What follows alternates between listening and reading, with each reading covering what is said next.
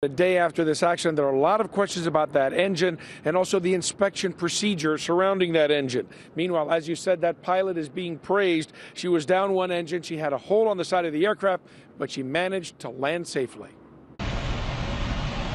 A nightmare in the air when the engine exploded, sending shrapnel through one of the airplane windows, striking a passenger. NTSB investigators say the engine showed signs of metal fatigue. Michael Barr is an airline safety expert at USC.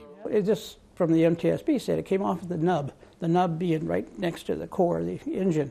And when that comes out, you got to remember this engine is going around at, I don't know how many thousand RPMs.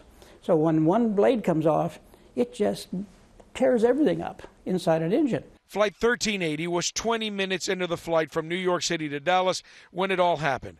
The pilot is now being called a hero for how she handled the crisis. Tammy Jo Schultz was one of the first female fighter pilots in the U.S. Navy.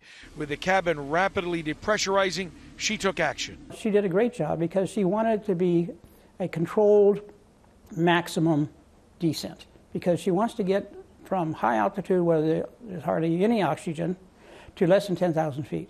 Where there is oxygen, she can take off those masks for the passengers.